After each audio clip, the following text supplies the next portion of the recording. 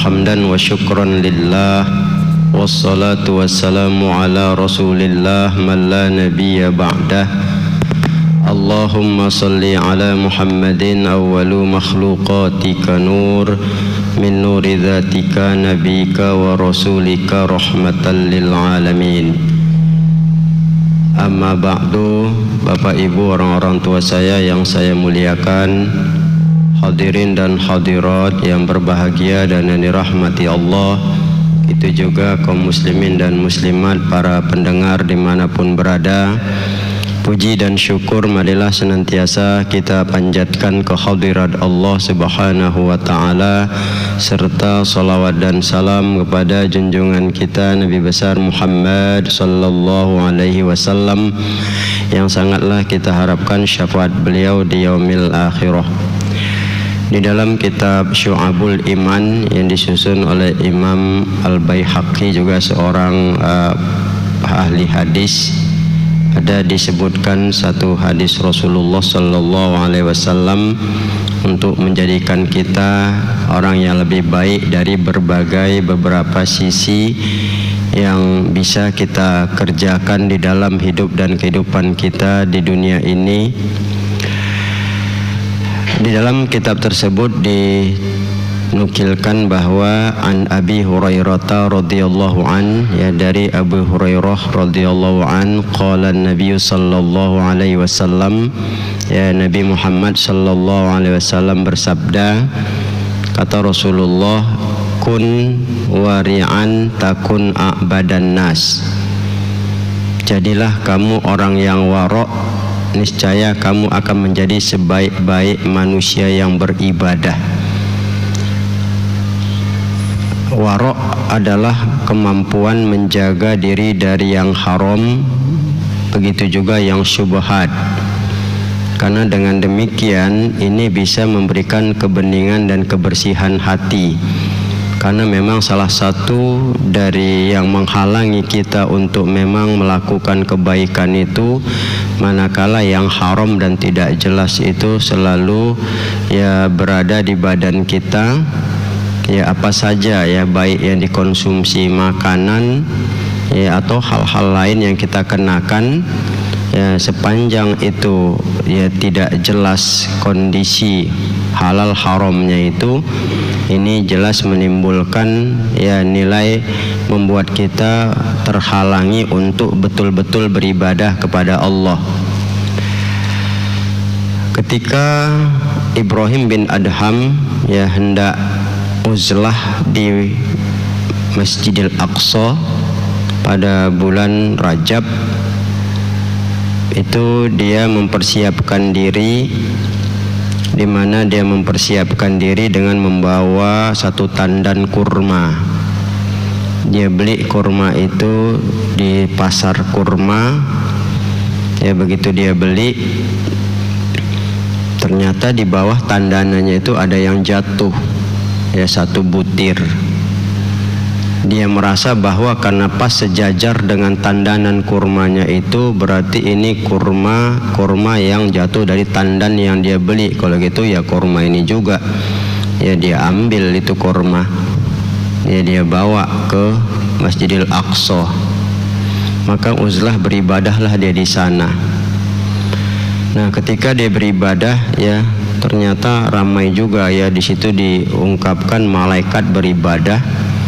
Karena bulan Rajab itu salah satu juga diyakini oleh para ulama sufi, karena bulan Rajab Rasul pernah mi'raj dari sana dan Rasul pernah sholat bersama malaikat, maka ada masanya memang malaikat sholat, dia beribadah. Lagi dia beribadah, kiri kanan malaikat, di sebelah kirinya ada dua malaikat berkata-kata sama dia, ini orang di sebelah ini macamnya ibadahnya tidak diterima oleh Allah ini. Itulah dia dengar. Kenapa demikian? Biasanya ini kan orang bersih sekali, bagus sekali ibadahnya. Ya ini hari tidak. Kenapa? Kata yang satu, ini karena dia mengambil satu kurma yang jatuh satu butir, dipikirnya itu kurma dari tandanannya itu. Mendengar begitu langsung dia balik, dia lagi ke tempat tukang kurma tadi itu, ya dia minta halalkan dan minta maafkan apa yang dia bikin itu. Ternyata tukang kurma itu meninggal dunia dia, maka dia cari keluarganya. Dapat dia ceritakan hal tersebut, ya, dimaafkan dan dihalalkan mereka. Baliklah dia lagi ke Masjidil Aqsa, dia beribadah lagi.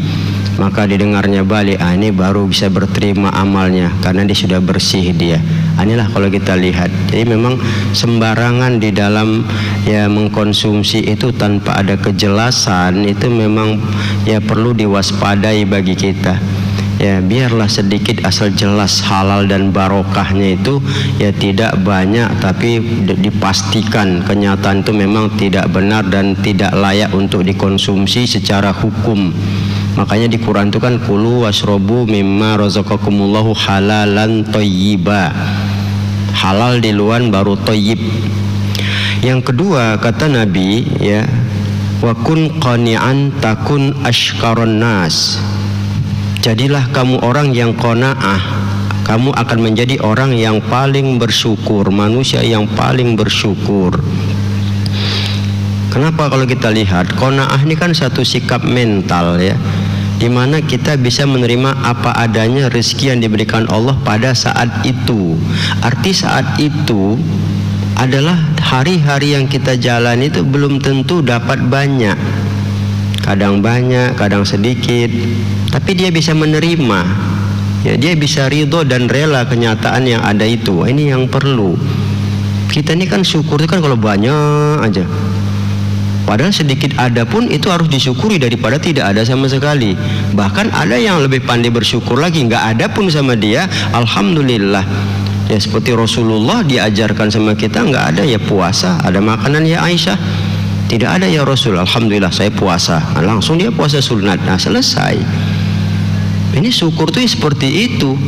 Dalam kondisi ada pun bersyukur, dalam tidak ada pun bersyukur, dalam banyak pun bersyukur, sedikit pun bersyukur. Nah inilah makanya perlunya qanaah itu. Makanya dikatakan qanaah itu ya, orang yang paling pandai bersyukur adalah orang yang qanaah. Ya. Kita kan lain, banyak senyum, sedikit jelek kali muka kita itu kan. Ya kerut keningnya pun berapa kan itu masalahnya. Gak ada senyumnya satu hari itu, kenapa? Enggak, sedikit kali pun. Nah inilah kalau kita lihat. Padahal kita hidup saja pun sudah harus disyukuri. Kita sehat, kita hidup, kita bisa berbuat. Apalagi seperti tadi didukung dengan ibadah. Ya dengan qanaah tadi sedikit pun dia ringan badan untuk lebih kuat beribadah, insya Allah ya. Inilah kalau kita lihat kenapa qanaah itu digambarkan oleh Rasul dalam hadis ini sebagai orang yang pandai bersyukur, karena segala peluang yang timbul di situ menjadikan ada kenikmatan dalam hidupnya itu, nikmatnya itu yang diberikan Allah itu yang perlu. Makanya orang Islam ini sebetulnya nggak ada problem ya terlalu rumit dalam kehidupan, tidak ada merasa kurang. Tapi kalau sudah merasa kurang, rakus itulah yang bikin tidak bersyukur itu. Ya, udah dapat dia bonus malah dapat lagi gaji 2 juta, bonus 5 juta ya, begitu diterima bukannya bersyukur, maunya 10 juta ya kan, apa nggak pening kepalanya lagi mikirin 3 juta lagi kan. Nah inilah kadang-kadang kita lihat ya, maka itu jelas ya kita sebagai orang muslim ini sebetulnya insya Allah ya indah sekali kehidupan yang memang kita bisa jalani tanpa tertekan dengan berbagai macam keadaan itu ya. Nah kemudian yang ketiga kata Rasulullah, wa ahibba linnasi ma tuhibbu li nafsika takun mu'minan. Ya, sayangilah ya manusia kata Rasulullah, cintailah manusia itu ya sebagaimana kamu mencintai dirimu, maka jadilah kamu orang yang beriman, yang percaya kepada Allah. Artinya apa? Ini menambah porsi keimanan kita. Karena kecenderungan kita ya menjadi orang yang beriman ini kan dikatakan ya la yu'minu ahadukum hatta yuhibba li akhihi ma yuhibbu li nafsihi. Tidak sempurna iman seorang kamu hingga dia menyayangi ya saudaranya bagaimana menyayangi diri sendiri. Artinya akan memberikan kebaikan-kebaikan yang begitu banyak ya. Nilai-nilai menyayang ini kan akan menimbulkan orang itu melindungi, akan berbuat kebaikan, membuat orang itu merasa nyaman kita bikin. Karena kita juga pengen nyaman sama diri kita kan. Kita kadang-kadang menyamankan diri itu berapa banyak korban coba. Ya mau nyaman baju beli yang mahal, yang enak, dingin. Mau nyaman sendal kita bilang atau sepatu beli yang macam-macam. Nah, kenapa ini kadang tidak kita perbuat kepada saudara kita? Ya, sayang kita, ada rasa iba dan kasihan. Nah, orang beriman ya gambarannya seperti itu. Ya, makanya Allah suka menyentuh pada relung perasaan kita itu dalam hadis-hadis kudusi itu kan jelas. Wahai hambaku, aku lapar, kata Allah, beri aku makan. Ya Allah, kau kan pemberi rezeki, dan kau Tuhan yang tidak makan, mengapalah kau merasa lapar? Wahai hambaku, di sebelah tetanggamu lapar, mengapa tak kau kasih makan? Nah, sentuhan-sentuhan ke arah itu kan menimbulkan percaya nggak kita? Apalagi digambarkan bagaimana ya dengan menolong ya tetangga orang yang lapar itu banyak hal yang akan kita dapatkan. Ya. Nah, inilah ya, maka itu mari ya, pada dasarnya ya nilai keimanan kita, kepercayaan dan keyakinan kita pada menyayangi orang lain itu akan menambah dia. Banyak sekali yang akan kita dapatkan dan kita dia tambahan dari situ. Nah, kemudian yang keempat kata Rasulullah, wa ahsin muhawaratun min man hawaraka takun musliman. Ya, berbuat baiklah kamu kepada muhawaroh. Ya, muhawaroh ini orang yang mendampingi kamu berjalan, orang yang bercakap-cakap, kawan kita bercakap. Ya, makanya ya, berbuat baiklah kamu sama orang yang mendampingi kamu. Ya, man hawaroka, yang orang ini ya adalah teman jalan kamu, teman berkata-kata kamu. Takun musliman, jadilah kamu orang yang muslim, orang yang berserah diri. Jadi artinya nilai-nilai keislaman kita itu pada sisi pergaulan itu akan lebih nyata dia. Apalagi digambarkan satu hadis Rasulullah, al-muslimu man salimal muslimuna min lisanihi wa yadihi. Muslim yang baik itu kata Rasulullah adalah muslim yang menyelamatkan ya sesama muslim dari kejahatan tangan dan lidahnya. Apalagi dalam ada satu riwayat itu ya digambarkan ya bahwa Rasul itu suka kalau berjalan dia bercerita yang baik, memberikan yang baik ya. Makanya kalau kita lihat kan begitu, beliau berjalan sama siapa, misalnya sama Aisyah, dia kasih Aisyah keledai yang lebih baik, yang agak besar ya, dia pun keledai yang agak kecil, cerita ya, ada kebaikan yang masuk ya. Makanya banyak kalau kita lihat para ulama-ulama sufi pun begitu ya, jumpa dengan orang yang Yahudi, ditanya mau kemana, ke sana, tujuan sama, begitu sampai di tempat rumahnya di mana, diantarkan sama dia sampai ke tempat tujuan itu. Terkesan orang Yahudi itu hingga dia masuk Islam. Nah, ini kan kalau kita lihat ya, inilah hal-hal yang sebetulnya bagi